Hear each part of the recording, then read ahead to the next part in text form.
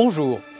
Avec Valérie Garnier et Catherine Boquet, qui sont ici dans ce studio, nous sommes très heureux de vous accueillir pour cette 11e édition des Trophées Logement et Territoires. Une édition un peu exceptionnelle puisque, comme vous le constatez et comme vous le savez, dans ce contexte de pandémie, nous ne sommes pas en présentiel, comme on le dit aujourd'hui, mais le cœur y est cependant. Le cœur y est parce que le logement, plus que jamais, est un sujet essentiel pour l'ensemble des Français, mais aussi des acteurs du secteur qui se sont mobilisés avec un talent, avec une énergie auquel il faut rendre hommage. Et justement, dans ce mot hommage, nous voudrions associer aujourd'hui un très grand professionnel, un ami, qui nous a quittés en raison de cette horrible pandémie. C'est Jean-Philippe Ruggieri. Jean-Philippe Ruggieri qui, il y a moins de 18 mois, était présent à cette édition précédente des Trophées Logement et Territoires, dont nous allons voir quelques images. Nous ne l'oublions pas et le jury a souhaité que ces trophées lui soient dédiés. Le logement est un réceptacle de la vie et avant tout ça, il y a l'urbanisme. Un urbanisme que j'aimerais que tous ensemble on essaie d'enchanter.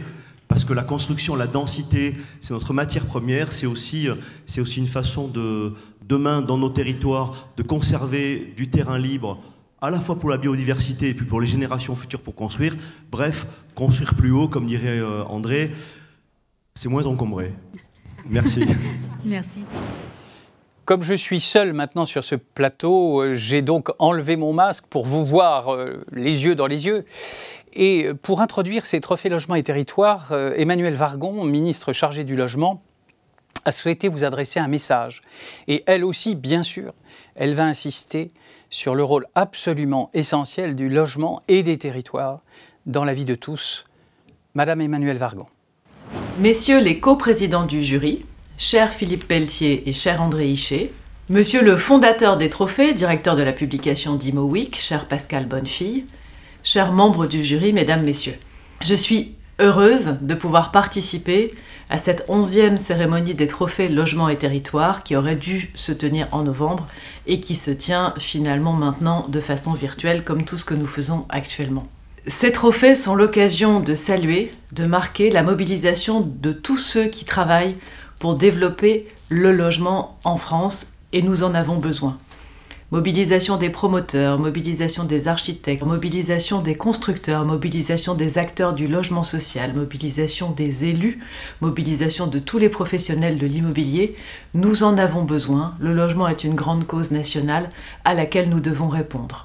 Alors que les chiffres de la construction en 2020 ne sont pas bons, alors que nous n'agréons pas assez de logements sociaux, alors que nous nous sommes lancés le défi de 250 000 nouveaux logements sociaux en 2 ans, alors que je souhaite convaincre les élus locaux un par un qu'il est possible et souhaitable de construire pour relancer les permis de construire, relancer les mises en chantier, nous devons pouvoir montrer que nous savons construire les logements de demain.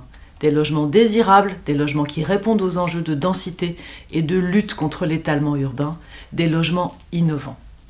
Tous ceux qui sont primés aujourd'hui et tous ceux qui ont participé à cette action nous montrent qu'au quotidien, grâce à l'innovation, grâce au numérique et au BIM, grâce à une vision de nos architectes, de nos urbanistes, grâce à notre capacité à construire différemment, nous savons répondre à ces défis, à la question de savoir comment habiter la France de demain. Vous portez cette vision, vous portez cette parole, vous portez ces actions. Bravo à tous, bravo à ceux qui vont recevoir les trophées dans quelques minutes, bravo à toute la communauté du logement et de la construction en France. Nous avons besoin de répondre à ce défi et nous le ferons tous ensemble.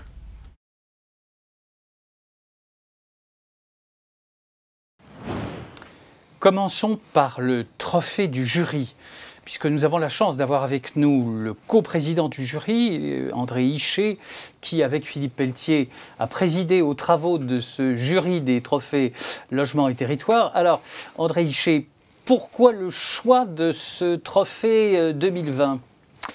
Eh bien, le choix du jury se porte toujours sur une personnalité remarquable du secteur de l'habitat. Et finalement, il y a évidemment plusieurs manières d'apprécier justement le caractère exceptionnel des personnalités en cause. En l'occurrence, le choix que nous avons fait a porté sur un des récipiendaires potentiels qui nous a paru cocher toutes les cases. toutes les cases, c'est celle d'abord de la compétence d'élu local, et Benoît Apparu, de ce point de vue, remplit toutes les conditions. Un élu local, mais pas n'importe lequel, puisque sa carrière s'inscrit dans la durée, il a occupé maintes fonctions. C'est aussi celle de l'ancien secrétaire d'État, puis ancien ministre en charge du logement. Et là aussi, la fonction gouvernementale, il l'a préparée de longue date, puisqu'il a servi dans divers cabinets ministériels avant d'arriver à ses fonctions. Et enfin, depuis quelques années, il fait la preuve également de ses compétences, de ses capacités de chef d'entreprise. Voilà.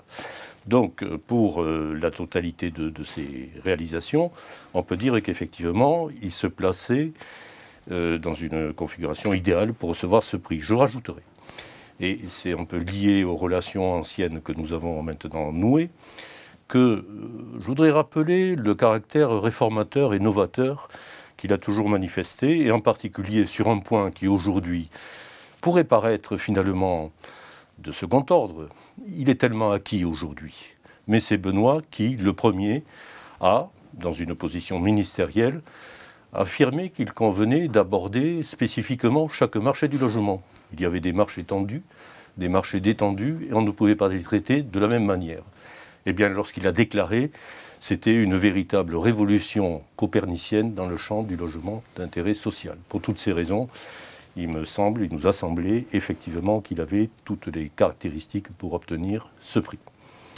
Donc, Benoît Apparu, le suspense a cessé depuis un certain temps. Maintenant, nous avons compris que c'était vous qui aviez remporté ce trophée, aussi en tant que le patron, le directeur général aujourd'hui d'Inly. Qu'est-ce qu'on peut dire du fait que vous avez été ministre de ce secteur et qu'aujourd'hui, vous êtes toujours un des acteurs clés du secteur? Alors, je ne vous cacherai pas une inquiétude lorsque je suis arrivé sur ce plateau pour recevoir ce prix. Je me suis dit, est-ce qu'on aura un bis repetita des Césars? Je vois que nous avons une cérémonie, un cérémonial qui a un peu plus de tenue. Non, puis moi, tout nu, ça serait trop douloureux, vraiment, pour tout le monde. Plutôt une bonne chose. Au-delà de la bouteille, je voudrais évidemment remercier les coprésidents du jury. Et toujours très difficile de répondre après un tableau tel qu'il vient d'être dressé. Mais peut-être qu'effectivement, ce qui fait la spécificité d'un ensemble d'acteurs du logement, c'est d'avoir des vues globales, des vues à 360. Et c'est vrai qu'avoir la vue de responsabilité ministérielle, d'élu local, de chef d'entreprise, ça fait une vue assez complète sur un secteur. Et c'est plutôt, je crois, intéressant de pouvoir avoir cette multitude d'approches sur un secteur aussi complexe que celui sur lequel nous travaillons. Parce que c'est un secteur qui répond à des enjeux de vie quotidienne immédiate. Il y a des besoins qui nous sont rappelés tous les jours sur j'attends un logement, j'ai besoin d'un logement. Et un secteur qui demande un regard à très très très long terme. Parce que ce qu'on va produire, on va le produire dans 4-5 ans. Et ce que l'on va produire aura une durée de vie de 50, 60, 70 ans. Donc on a des enjeux temporels qui sont difficiles à appréhender, souvent contradictoires. Et ce qui fait la beauté du secteur dans lequel on intervient, c'est cette temporalité entre de la vie quotidienne et de l'excessivement long terme, et puis entre des sujets qui répondent à des enjeux de vie quotidienne, mais qui sont aussi des sujets de macroéconomie. Donc on a dans ce secteur d'activité qu'est le nôtre, le logement, l'immobilier, un temps très long, un temps très court de la vie quotidienne et du macro. C'est ça qui fait la passion que l'on peut avoir les uns et les autres pour ce secteur d'activité. La passion, moi je trouve que c'est une très bonne notion pour un trophée du jury, non? Ça me paraît parfait. Merci à vous, messieurs. Quels sont les nommés dans la catégorie promoteur? Eh bien, je vous propose de les découvrir immédiatement. Martial Desruelles. En quelques mois, le directeur général France de Link City, filiale développement immobilier de Bouygues Construction, a multiplié les projets. Un réel promoteur 3.0. Caroline Fortier. Présenter des projets mixtes au service de l'attractivité des territoires, digitaliser le parcours client ou encore créer une Sogeprom Academy. Décidément, la directrice générale de Sogeprom a de belles ambitions qu'elle sait concrétiser. Franck Elary. Très tôt intéressé par le développement durable et la protection de l'environnement, le directeur général adjoint de Crédit Agricole Immobilier poursuit cet engagement aujourd'hui au sein de la Banque Verte. Marc Verrecchia. Le président de Verrecchia est amoureux de la pierre de taille, dont son entreprise est aujourd'hui la seule à maîtriser ce savoir-faire. Un matériau qui, dit-il, a toutes les qualités requises pour notre époque. Bonjour Caroline Fortier. Bonjour Valérie. Vous êtes lauréate de la catégorie promoteur. Alors les femmes promoteurs ne sont pas légion, hein, n'est-ce pas? Je vous présente également, même si on ne vous présente plus, vous êtes directrice générale de Sogeprom. Félicitations à vous. Alors, qu'est-ce que ça fait d'avoir un trophée en tant que promoteur? Alors évidemment, ça fait toujours plaisir. C'est un feedback très positif de la profession et je voudrais remercier le jury tout d'abord de m'avoir sélectionné et ensuite tous les votants parce que ce feedback, je le prends vraiment positivement pour l'ensemble de mes équipes Sogeprom et je pense qu'ils vont en être heureux. Alors, justement, vous avez transformé Sogeprom depuis à peu près 3 ans, je crois. Quel bilan vous tirez de ces 3 premières années? Alors je tire un bilan très positif pour cette transformation, d'autant si elle commence à se voir à l'extérieur, c'est quand même un bon signe.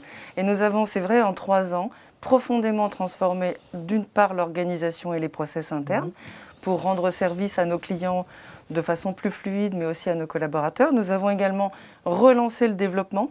Et là, ça a été long, comme vous le savez, le temps long de l'immobilier fait que la relance du développement est souvent longue à se voir dans les chiffres. Nous avons pour cela également noué des partenariats structurants.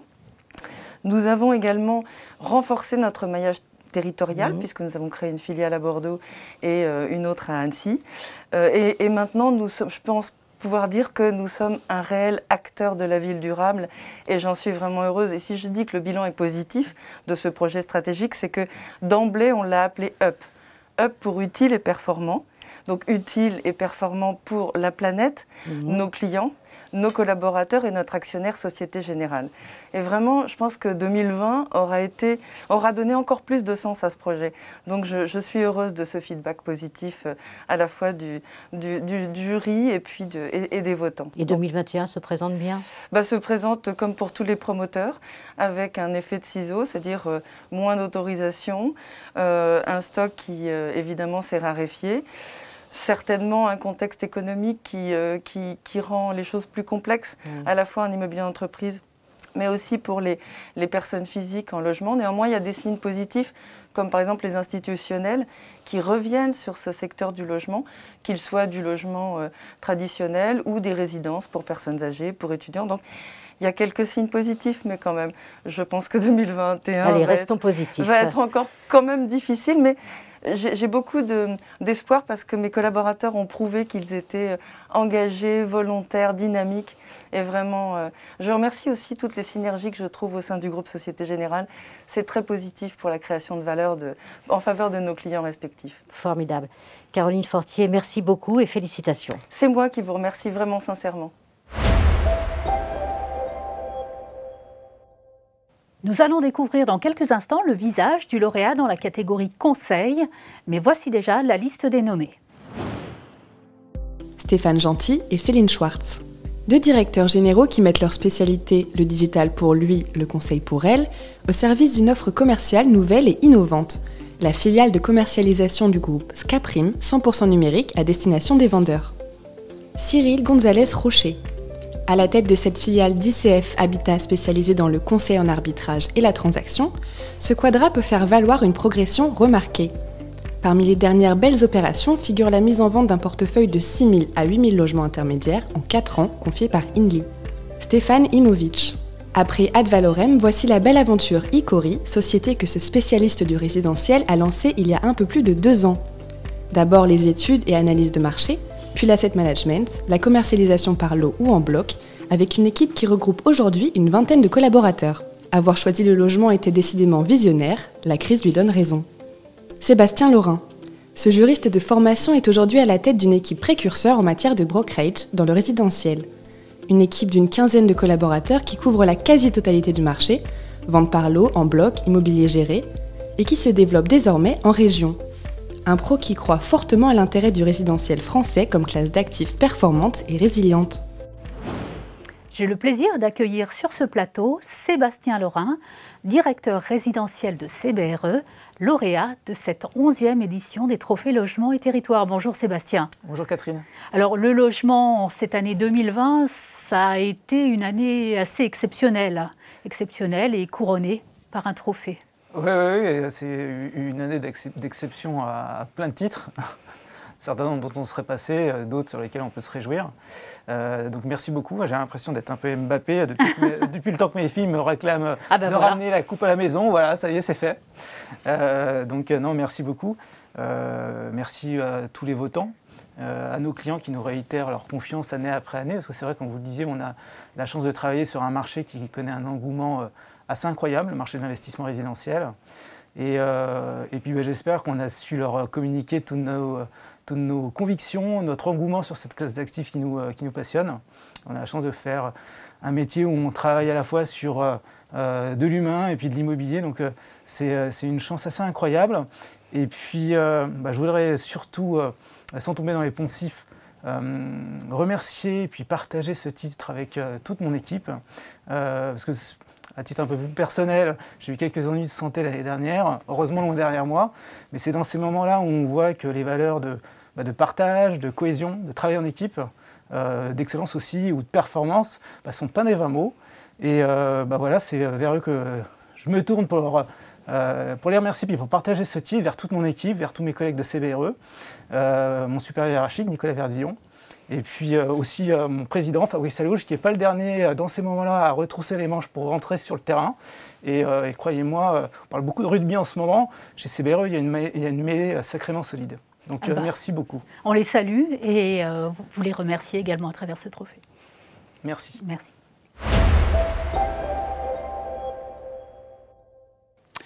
Nouvelle catégorie essentielle, elle aussi bien sûr, celle des territoires. Sans élus mobilisés, eh bien le monde du logement ne serait pas ce qu'il est. Et dans cette catégorie des territoires, découvrons les 4 nommés. Frédéric Aguilera. Le successeur de Claude Maluret développe sa ville en suivant 2 grands axes, le thermalisme et le sport, et déploie tous les outils possibles pour mener à bien sa stratégie de réhabilitation immobilière. SEM, méthode d'attribution de concessions sans condition, et même candidature pour faire reconnaître sa ville comme patrimoine mondial de l'UNESCO. Dominique Estrosi-Sassonne. La meilleure spécialiste logement du Sénat, concède ses collègues du Palais du Luxembourg. C'est dire la haute estime dans laquelle est tenue par ses collègues Madame la vice-présidente de la Commission des Finances de la Chambre haute, une élue qui n'hésite pas à aller sur le terrain. François Rebsamen.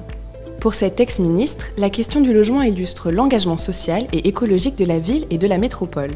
Promouvoir la rénovation de l'habitat ancien, c'est réduire le nombre de passoires thermiques et vertueusement redistribuer du pouvoir d'achat, dit cet édile à la tête de la première ville verte de France. Christian Robache. Ce massicot d'origine dessine le futur de sa commune en bonne intelligence avec les Pamarnes. Dernier bébé en date, les Roseaux, un écoquartier qui doit accueillir sur 153 hectares près de 3000 logements et quasiment tout le spectre typologique immobilier, y compris une ferme urbaine de 40 hectares. Un projet qu'il a fait redessiner par l'urbaniste Philippe Madec. L'élu qui a remporté cette catégorie territoire si importante, c'est une très grande parlementaire. Une parlementaire qui s'est investie énormément dans le secteur du logement, pas seulement dans celui-là, mais elle est toujours présente dans ces secteurs. Et les lecteurs d'Imo Week ont donc voulu la saluer, c'est bien normal. C'est Dominique Estrosi-Sassonne, sénatrice des Alpes-Maritimes. Dominique Estrosi-Sassonne, tout au long de l'année, est toujours présente sur tous les créneaux du logement. Dominique Estrosi-Sassonne, en raison du contexte pandémique, n'a pu être avec nous aujourd'hui, mais elle a tenu à nous envoyer ce message via une vidéo. Et voici donc son témoignage. La métropole Nice-Côte d'Azur est un territoire tendu sur le marché de l'immobilier puisque les prix sont excessivement élevés. Dans le neuf, nous sommes aux alentours de 3 200 € du mètre carré. Dans l'ancien, entre 4 000 et 4 500 € du mètre carré. C'est un territoire également qui est contraint géographiquement, avec une bande littorale très urbanisée, des collines, un moyen pays et un haut pays avec un relief accidenté. Contraint sur le plan législatif, loi montagne, loi littorale, et enfin contraint sur le plan réglementaire.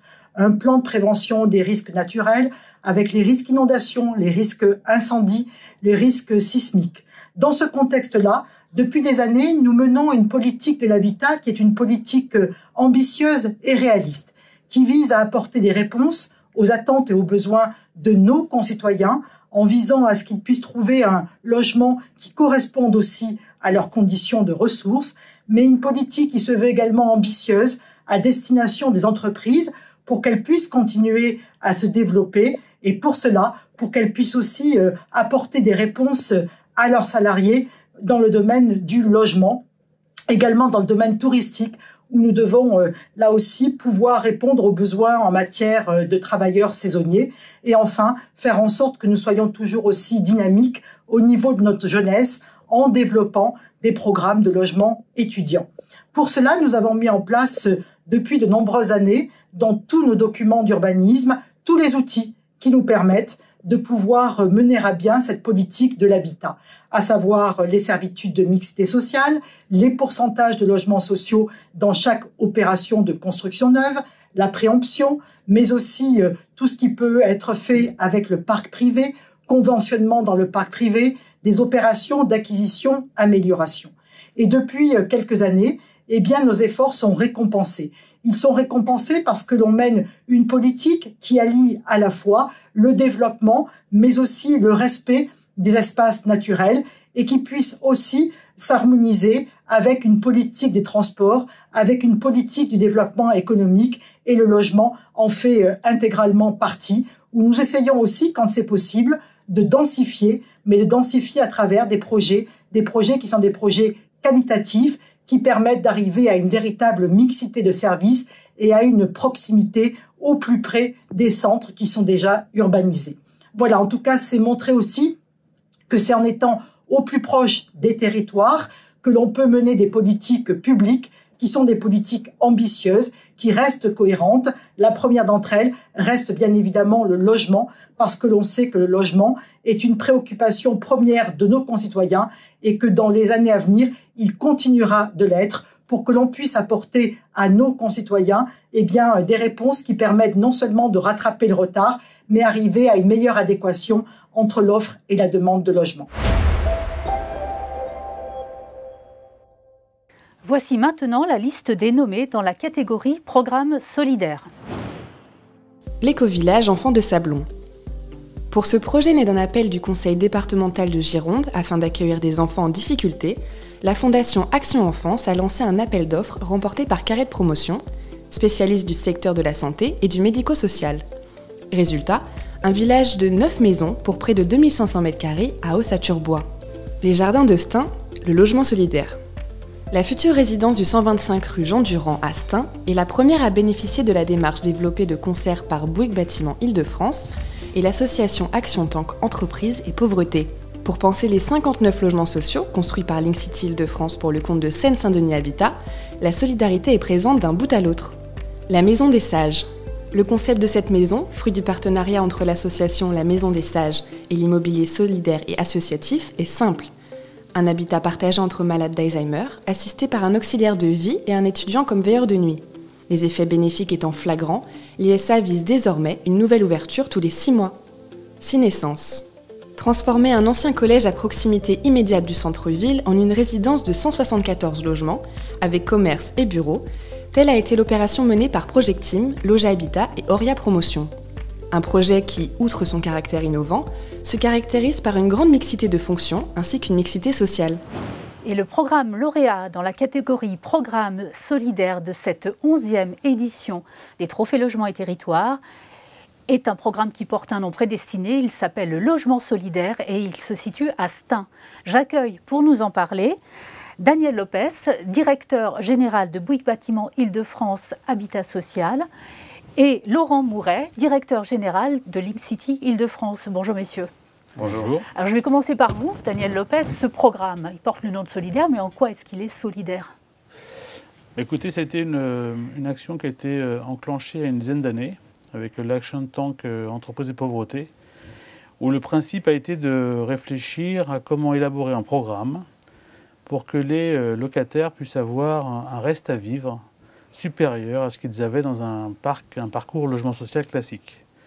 Donc il a été élaboré avec plusieurs acteurs comme le Boston Consulting Group, le BCG, mais également bien sûr HEC et tout un tas de partenaires dans le cadre de cette Action Tank, et puis la ville de Stein qui nous a permis bien évidemment de développer le foncier. Et puis après je laisserai la parole à Laurent pour toute la partie immobilière.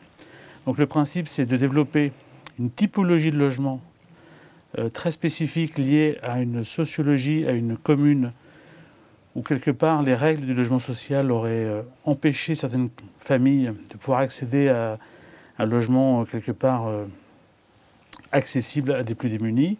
Et puis on a élaboré une façon de le concevoir, y compris de faire de la pédagogie pour l'usage, pour que les charges puissent être bien évidemment contenues pour le reste à vivre augmenté. On peut citer peut-être l'architecte, je crois que c'est Atelier Pascal Gontier. Pascal Gontier, architecte bien évidemment, qui nous a accompagnés en tant que maître d'œuvre, le principe étant de rester sur un ouvrage de qualité pour les usagers. C'est une partition, vous l'avez évoqué, à plusieurs, puisqu'il y a Link City, Bouygues Bâtiment Île-de-France, il y a aussi Seine-Saint-Denis Habitat, et peut-être d'autres. Tout à fait. Alors, c'est effectivement, cette opération est le résultat d'une mobilisation de nombreux acteurs. Vous avez déjà parlé de l'architecte, qui a d'ailleurs réussi à résoudre l'équation de logement abordable sans aucun sacrifice sur l'architecture de qualité. Donc c'est très bien. Mais on peut bien sûr parler aussi du territoire, pleine commune, de la ville de Stein, de l'aménageur, la SPL Pleine Commune Développement, bien évidemment de l'Action Tank, ainsi que bien évidemment, vous l'avez noté et cité, Seine-Saint-Denis Habitat. Ça a vraiment été une mobilisation de l'ensemble des acteurs au service de ce projet. Et pour nous, Link City, qui avons assuré la maîtrise d'ouvrage, c'est important parce que ça montre et ça nous permet de contribuer au territoire et à ses habitants en offrant un programme de logement très ciblé et abordable. Pour nous, c'est une façon de faire notre métier un peu autrement, et puis dans les créneaux de l'économie sociale et solidaire. Alors il y a deux choses qu'on peut peut-être mettre en exergue dans cette opération. C'est tout d'abord l'effort qui est fait sur les énergies, puisqu'on a un immeuble qui est passif à hausse, ce qui veut dire que l'effort sur les charges des locataires est réduit à son minimum. Et puis ce qui est intéressant, on a déjà parlé de ça tout à l'heure, mais c'est effectivement qu'on a conçu ce programme de façon extrêmement collaborative. Déjà au niveau du programme, pour qu'il cible véritablement une population du territoire. Au niveau de sa conception aussi, les acteurs ont travaillé ensemble de manière collaborative et pas de façon séquentielle comme d'habitude. Et puis ce qui est intéressant et à noter aussi, c'est que les usagers, c'est-à-dire les futurs habitants, ont collaboré aussi à la définition du programme. Donc c'est vraiment le résultat d'un travail d'équipe. D'accord, c'est la preuve qu'on peut construire plus, construire mieux, quand on travaille en amont et qu'on travaille de concert. C'est ça. Exactement. Mieux, moins cher et bien, avec de la qualité architecturale. Sur un terme plus long. Tout à fait. Et j'imagine qu'il y a d'autres projets du genre dans les tuyaux ou dans les cartons, comme on dit? Alors on y réfléchit, mais c'est vrai qu'on aimerait bien que cette opération, elle puisse se dupliquer. Cette démarche d'économie inclusive est vouée à de nouveaux partenariats quelque part dans un avenir proche. Et on se réjouit avec Link City, bien évidemment, de travailler sur cet aspect sociétal de notre entreprise. Donc on attend d'en savoir plus. Exactement. Merci, messieurs. Merci. Merci. Quels sont maintenant les programmes innovants? Eh bien, je vous propose que l'on les découvre ensemble. Deuxième élément. Quel meilleur choix que Marseille pour expérimenter des outils innovants de régulation de la température? C'est celui opéré par Quartus pour ce programme de 178 logements, 670 m² de commerce et 109 parkings. Avec préservation d'espaces de fraîcheur, végétalisation, conception bioclimatique et même thalassothermie, sans compter des logements modulables. Le passage partagé. Entre le boulevard Voltaire et la rue Amelot, Immobilière 3F engage une opération d'envergure visant à totalement transformer le passage Saint-Pierre-Amelot. Au total, 8740 m² de plancher avec 134 logements et 3000 m² d'activités diversifiées. Au programme, recyclage des matériaux, une partie construite en bois, panneaux photovoltaïques en toiture et même une ferme urbaine de 1200 m². Parker. L'association d'un grand promoteur à un OPH a pour résultat un programme de 150 logements, tous plus différents les uns que les autres. Appartements, maisons et même un foyer pour jeunes travailleurs. Un programme placé sous le signe de l'économie circulaire et durable, ainsi que de l'éco-responsabilité qui lui permet même de décrocher le label Biodiversity. ZAC Victor Hugo. Un mur de façade en terre crue, c'est l'innovation majeure de ce projet situé dans une ZAC qui doit accueillir un écoquartier au sud de Paris. Pour cet immeuble de 42 logements, le promoteur a choisi de faire appel à l'adobe, une brique de terre crue séchée au soleil. Et cette terre provient d'extraction due au creusement du Grand Paris Express. Valérie Fournier, bonjour. J'ai le plaisir de vous accueillir. Vous êtes directrice générale d'Immobilière 3F et vous êtes lauréate du programme Innovant. Mais avant de venir vers vous, je me retourne vers Juliette Thomas-Charby. Vous êtes chef de projet. Alors, en quoi ce programme est innovant, justement ? Tout d'abord par sa programmation très riche qui regroupe 134 logements avec des logements sociaux, des logements intermédiaires, des logements en accession. Ces derniers réalisés dans le cadre d'une VFA inversée. Ça regroupe également plus de 3500 m² d'activités qui vont réunir une micro-crèche, un espace de coworking, un espace d'escalade, de loisirs urbains. Un jardin partagé aussi, je crois. Alors, pas un jardin partagé, mais une ferme urbaine. C'est une ferme urbaine. Voilà, qui sera vraiment exploitée par un agriculteur urbain sur la toiture des 2 bâtiments et qui aura une boutique à rez-de-chaussée qui permettra de vendre les produits directement au local, donc aux habitants. Donc ça nous amène à avoir aussi un aspect très important qui est l'aspect local du projet et d'économie circulaire d'une manière générale. Oui, donc le souhait principal et qui a lancé le projet était de réutiliser les bâtiments existants. C'est du réemploi. C'est du réemploi, voilà, à plusieurs titres. Donc des bâtiments existants par leur structure, de pouvoir réutiliser le déjà là. Donc une halle du début du XXe siècle avec sa charpente et sa verrière, ainsi qu'un bâtiment silo des années 70 en béton et qui donc va être reconfiguré et surélevé donc, et étendu dans des constructions bois. Il méritait donc tout à fait de gagner, de remporter dans cette catégorie du programme innovant, vraiment. Valérie Fournier, j'imagine que vous avez plein de projets dans les cartons. Comment ça se passe concrètement avec ce Covid qui bouleverse un peu tout et tout le monde ? C'est vrai. Écoutez, d'abord, il faut le dire, on a effectivement tous été saisis au mois de mars. On a dû arrêter nos chantiers, essayer de voir comment on pouvait continuer l'activité. Je crois que ça a nécessité à la fois dans l'entreprise une très très forte mobilisation des équipes. On a été très attentifs à la relation avec les entreprises, à aussi continuer bien évidemment à essayer en tout cas d'éviter tous les sujets de paiement et autres. Et puis on a repris très vite et objectivement en fait en bilan de 2020 finalement on a un peu de retard mais pas tant de retard que ça et il faut saluer les équipes aussi bien de la DMO, enfin de la maîtrise d'ouvrage que de la réhabilitation qui ont vraiment été très très performantes, réactives et je crois que c'est parce que voilà elles avaient à cœur de répondre à notre mission qui est celle de construire. Et je crois que la crise, elle a montré qu'avoir un logement, c'est peut-être plus que jamais une sécurité indispensable. Donc je pense qu'on a tous fait nos meilleurs efforts pour être là et puis pour continuer, comme l'a présenté Juliette, à être innovant. Parce que c'est vrai que le parti pris chez nous, c'est aussi de contribuer à la construction de la ville, de la recréer à travers elle-même, de travailler sur des nouveaux process qui, bien évidemment, font qu'on essaye d'anticiper la RE 2020, qu'on essaye d'être plus bas carbone que prévu, ce qui est le cas beaucoup dans ce projet, qui est très aussi sur le principe non seulement de garder les bâtiments existants et d'en faire un nouvel outil pour demain, mais aussi de beaucoup œuvrer sur la réutilisation en fait, de ce qui va par essence être détruit pour reconfigurer les bâtiments, mais qui va aussi servir dans la construction du bâtiment neuf. Et ça, c'est une belle mission, en fait, aussi, dans la conception du bâtiment et dans l'innovation de ce projet. Voilà, donc je pense que les équipes sont très, très mobilisées et on a envie de relever encore plus de défis. Donc j'espère qu'on reviendra l'année prochaine. Écoutez, je vous le souhaite. Un nouveau projet. En tous les cas, mesdames, bravo pour ce passage partagé, vraiment qui méritait ce trophée. Merci à vous deux. Merci beaucoup. Merci beaucoup. Merci. Passons maintenant à la catégorie Jeunes Talents et découvrons ensemble les 4 nommés. Nathalie Allégret. Nous l'avions quittée en 2019, directrice marché ville et territoire et directrice marketing opérationnel.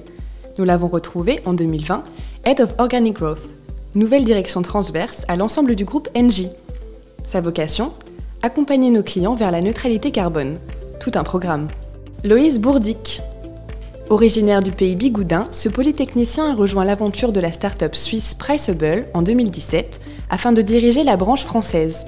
Aujourd'hui, les solutions d'estimation et d'analyse de la société ont été adoptées en France par une centaine de clients, notaires, promoteurs, institutionnels, des solutions qui permettent via la big data de prévoir le prix des actifs. Simon Guibert. Permettre à des réfugiés, des étudiants ou des actifs de vivre ensemble en s'appuyant sur l'occupation temporaire de lieux vides, tel est l'objet de l'association Caracol, fondée il y a 3 ans. Parmi les récentes opérations, au 18 rue Jean-Jacques Rousseau, à 2 pas du Louvre, une colocation a été ouverte avec l'aide de la ville de Paris et rassemble pour une année une vingtaine de réfugiés et de jeunes actifs. Nicolas Sido. À 34 ans, ce spécialiste du logement social a pris ses nouvelles fonctions le 2 mars 2020, 15 jours avant le confinement. Mais pas question de rester à domicile. Il a profité de la période pour découvrir le patrimoine de Séquence en Essonne, 13 000 logements dans 53 communes, et rencontrer les 160 collaborateurs sous sa responsabilité. J'ai le plaisir d'accueillir sur le plateau Nathalie Allégret. Bonjour, vous êtes lauréate de cette catégorie Jeunes Talents, mais vous êtes également directrice du développement des solutions clients chez Engie. Alors j'ai tout de suite envie de vous poser cette première question. Qu'est-ce que ça fait d'être lauréate dans la catégorie Jeunes Talents ? Au Trophée Logement et Territoire, bien sûr. Bonjour, eh bien, écoutez, je suis ravie d'être lauréate Jeunes Talents sur ce trophée Logement et Territoire, parce que je pense que c'est 2 enjeux majeurs pour l'ensemble des acteurs, à la fois publics et privés, de pouvoir travailler sur ces 2 dimensions qui sont absolument clés. Bien sûr. Alors, on le sait, 2020 a été une année difficile, 2021 s'annonce également assez compliqué. Quels sont les grands sujets de développement sur lesquels vous travaillez actuellement ? Alors, actuellement, nous travaillons donc, sur 2 grands axes, je dirais, qui sont très complémentaires, en lien avec donc les logements et le territoire. À la fois, en fait, finalement, rendre plus attractifs les espaces de vie et de travail. Donc, espaces de vie qui peuvent être en intérieur, mais aussi en extérieur, même si on les utilise un peu moins en ce moment, nos espaces extérieurs. Oui. Et donc, de pouvoir justement profiter de toutes les innovations qui sont maintenant disponibles pour rendre ces espaces plus attractifs, à la fois pour les citoyens, pour les entreprises, quelle que soit leur taille, et également pour les commerçants. Et puis également le deuxième axe de travail que nous avons qui est extrêmement fort, c'est de pouvoir décarboner l'ensemble des territoires, des acteurs du secteur tertiaire et également du secteur industriel.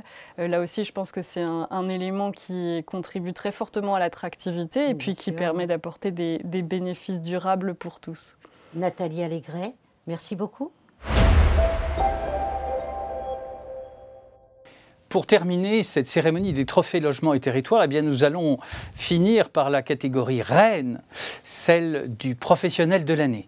Je vous propose de découvrir les 4 grands professionnels qui ont été nommés dans cette catégorie. Meka Brunel. Son parcours exemplaire fascine. Aujourd'hui à la tête de la 4e foncière européenne, la directrice générale s'investit, en particulier dans 2 dossiers, le Grand Paris et l'habitation. Dernière initiative en date, un partenariat avec Nexity pour développer 4000 nouveaux logements. Vincent Mahé. Cet ancien élève des prestigieuses écoles normales supérieures et ENA est l'un de ceux qui connaît sans doute le mieux ce qui se joue dans l'investissement logement. Aujourd'hui, Ampère Gestion détient et gère 10 fonds, soit une capacité d'investissement de 12 milliards d'euros et un tour de table levé auprès des plus grands institutionnels, français et internationaux. Nathalie Robin.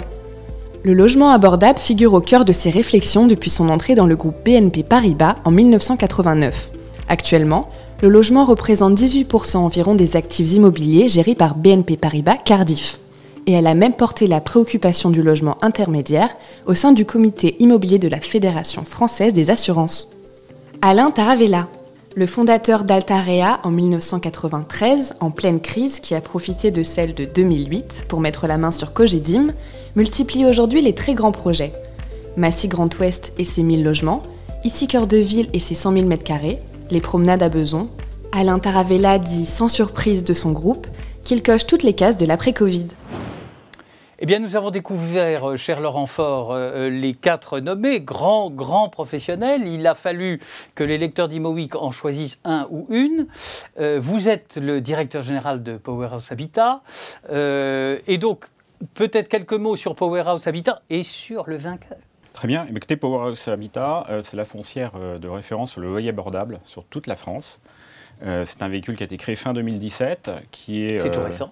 C'est tout récent, absolument, qui est détenu par BNP Cardiff, Société Générale Assurance, et puis également Diversipierre, donc un tour de table d'institutionnels. Et quelques chiffres sur Powerhouse Habitat, c'est 6100 logements à la fin d'année 2020, 1 milliard d'euros de valorisation et près de 600 logements qui ont été acquis au cours des 3 dernières années. Avec des objectifs, j'imagine, pour 2021-2022 ? Absolument, nous avons un pipeline d'acquisition en cours qui, s'il se déroule correctement, devrait nous permettre de franchir une nouvelle marche dans notre volonté de développement. Alors c'est une société foncière qui est aujourd'hui gérée par Scaprim, les équipes de Scaprim qui sont à la fois au plan national et sur le territoire, sur tous les territoires où nous avons des actifs. Et également signaler quelques engagements forts de notre foncière. Le premier, c'est de réduire en fait la facture énergétique de nos locataires et l'empreinte carbone de l'ensemble de notre parc. Et la seconde, parmi les quelques engagements que nous avons, c'est de contribuer au développement territorial à travers le maintien de l'emploi dans les territoires. Et donc, ce sont des thématiques que notre vainqueur, je me dis ni masculin ni féminin, vous noterez, hein, notre vainqueur d'aujourd'hui sera certainement sensible à ces thématiques. Alors, quelques mots pour vous mettre sur la voie. Oui. Je dirais qu'en décidant de faire du résidentiel le second pilier de son patrimoine, il ou elle a contribué à redonner de l'importance à cette classe d'actifs qui était délaissée par les investisseurs. Et dernier signe, peut-être témoignage de cet engagement très fort, ça a été la récente couverture du document universel, d'enregistrement universel qui a été déposé, dans lequel on distingue un immeuble de bureau, 13 logements je crois, en structure bois, dans le 12e arrondissement à Paris, réalisation très récente. 2 logements. 2 logements bien sûr, 2 logements et c'est ça qu'on vient de noter. Je pense que vous avez tous découvert que la gagnante est Madame Becca Brunel. Oui, Becca. Alors, Becca Brunel, évidemment. Alors, il y a quand même quelque chose d'extraordinaire dans cette élection, Becca Brunel. C'est une grande surprise. Bonjour. Oui, mais bonjour à vous. Il y a quelques années encore, la patronne d'une grande foncière plutôt de bureau avait peu sa place dans des trophées logements et territoires. Alors, c'est quand même très symbolique que vous soyez là et choisi. Merci infiniment, je suis très touchée et je voulais dire je suis d'autant plus touchée que j'étais en compagnie de très grands professionnels du résidentiel, Alain Dinin, Alain Taravella, Vincent Mahé, que je salue tous et qui sont des exemples pour moi. Et merci de m'avoir laissé gagner. Et merci aux lecteurs d'Imo Week, je suis très touchée. Vous savez, Gecina est une grande foncière de bureaux, mais en vérité on parle de lieu de vie. Au cours de l'année 2020, avant 2020, on disait qu'il faut se sentir comme à la maison au bureau. Et puis, pendant l'année 2020, ça continue en 2021, confinement, reconfinement, télétravail font que le logement devient le lieu de vie, de travail, d'enseignement, de loisirs, enfin, tout ce qu'on veut. Et c'est en cela que c'est important que ces lieux de vie soient respectés et soient valorisés. Je suis très touchée de recevoir ce trophée, ça me touche beaucoup parce que ça correspond aussi à cet engagement dans la durée, à la raison d'être de Gecina, faire partager des expériences humaines au cœur de nos lieux de vie durables. Merci d'avoir noté ce qui est la page de couverture de notre document universel d'enregistrement qui est effectivement cette petite résidence en bois à l'arrière d'une résidence que nous avons déjà dans le 12e arrondissement. Et on a transformé cette arrière-cour qui était plutôt une dalle bétonnée parking en une douzaine de logements, bois, un jardin, un lieu où les gens peuvent se retrouver et ça nous donne la possibilité maintenant de restructurer l'immeuble sur la rue. On a 6000 logements, on a à peu près, y compris le pipeline de développement, 4000 logements étudiants. Au total, on est à 3,3 milliards donc, de valeur de patrimoine. Et l'accord que nous avons passé avec Nexity et d'autres accords en cours, de faire de la copromotion de 4000 logements à travers la France pour apporter des solutions à ce maillon qui manque dans le parcours logement, qui est le logement locatif privé, eh bien, ça va nous permettre de répondre à ce besoin. Les besoins existent. On a vraiment un manque de logements en France. On voit bien qu'on a des difficultés à obtenir les permis. Il faut pouvoir transformer les bureaux en logements. Nous continuons à travailler dessus. Il faut pouvoir répondre aux besoins de nos concitoyens. Mais en revanche, il faut aussi que ça soit un lieu de déconnexion. On n'est pas obligé de travailler de la maison, mais à proximité. Donc voilà, ça nous donne des programmes et beaucoup d'encouragement pour toute l'équipe dans la période qui vient. Merci beaucoup, je suis extrêmement touchée et bravo à tous les autres lauréats. Cette distinction me touche particulièrement. Merci infiniment. Merci Becca Brunel. Je pense que ce que vous venez de nous dire fait que probablement on reparlera de Gecina en matière de logement tout au long des années qui viennent et pour les prochaines éditions des Trophées Logement et Territoire. Donc je vous donne rendez-vous dès l'année prochaine pour les Trophées Logement et Territoire 2021, puisque nous fêterons, nous continuerons à célébrer tous ces acteurs extraordinaires du logement privé, du logement social, de tous ceux qui y agissent tout au long de l'année. Et puis, si vous le voulez, vous pouvez aussi vous connecter sur imoweek.fr pour voir le débat que nous allons réaliser à l'occasion de ces Trophées Logement et Territoire, parce que le logement, c'est aussi un sujet de discussion, de débat, et je l'espère, plein d'avenir. Merci à vous et à l'année prochaine.